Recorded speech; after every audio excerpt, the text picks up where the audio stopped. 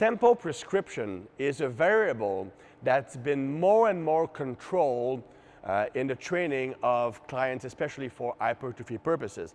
That probably comes from the work of Charles Poliquin, who was the one who pioneered or popularized the use of 4-digit formulas to prescribe how fast or how slow a movement is being performed. So for example, the formula would tell you lower the dumbbell in 5 seconds, no pause in the bottom, lift in 3 seconds, no pause at the top, which would be a 5-0-3-0 tempo. Now, most people don't understand the true value of a slower tempo.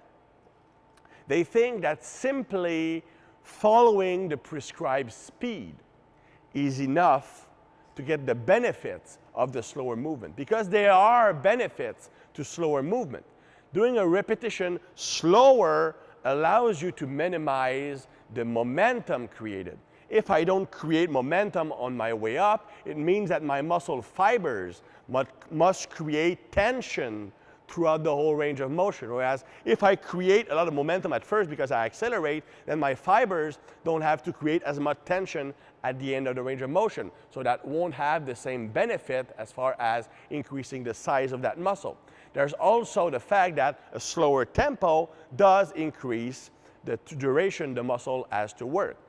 But if you simply focus on the time element, then you are missing out on the greatest impact of going slower. For example, on the eccentric. When I'm doing the eccentric has the greatest potential for stimulating muscle growth. It does so by activating mTOR to a greater extent than other type of contraction. mTOR is the light switch. Protein synthesis is the light. So if I turn on mTOR, I turn on protein synthesis and I turn on muscle building. During the eccentric, I have a greater mTOR activation, so a greater anabolic potential. So that's why it's important. But it's not the fact that I'm going slow that's emphasizing the eccentric. It's the fact that I'm contracting my target muscle as hard as humanly possible while I'm lowering the weight. The fact that I'm going slow is only a tool that makes it easier for me to squeeze that muscle. If I'm lifting really fast, I can't keep my muscle hard because of the momentum. If I'm going down fast, I can't keep my muscle tense. So going slower is mostly a tool to make it easier for me to keep that muscle under maximum load. So let's say I'm doing a curl. I'm going to go like 5 seconds down, 3 seconds up, but always flexing my muscle as hard as I can. So maximum tension. And then going down in 5, but I'm flexing my bicep. Flexing so hard, I have to squeeze my triceps to pull it down. So 3 seconds up, and then squeeze so hard, you have to flex your triceps to break it down. Now I'm emphasizing the eccentric. And if I were using a fast tempo, I couldn't do that. So when I'm using a slower tempo in my own training or the training of clients, it's for the reason of allowing me to contract that target muscle as hard as I can, which increases mTOR activation, but it also makes it easier for me to build that mind-muscle connection that will fix problem areas. So it's not just about lifting or lowering slowly.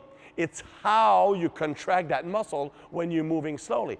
You're not moving slowly because I'm just on purpose not producing maximum force. I mean, that's one critique of slow lifting, right? We all say, well, force equals mass times acceleration.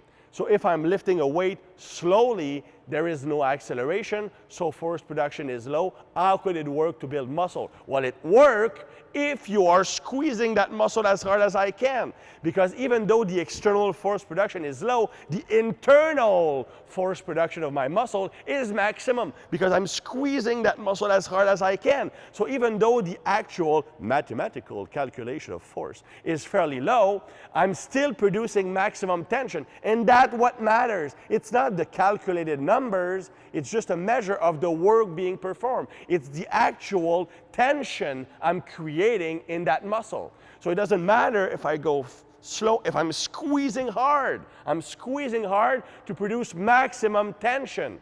I'm producing so much tension, I have to use the other muscle to bring the weight down.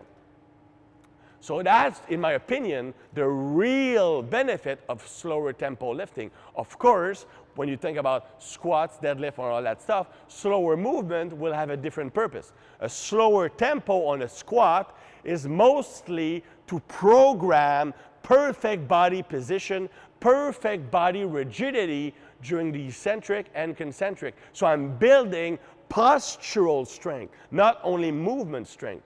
But for isolation exercise, targeting muscle growth, slower tempo is only a way to make it easier to produce maximum tension, which will build mind-muscle connection, will increase mTOR production, and also create an occlusion effect to maximize growth.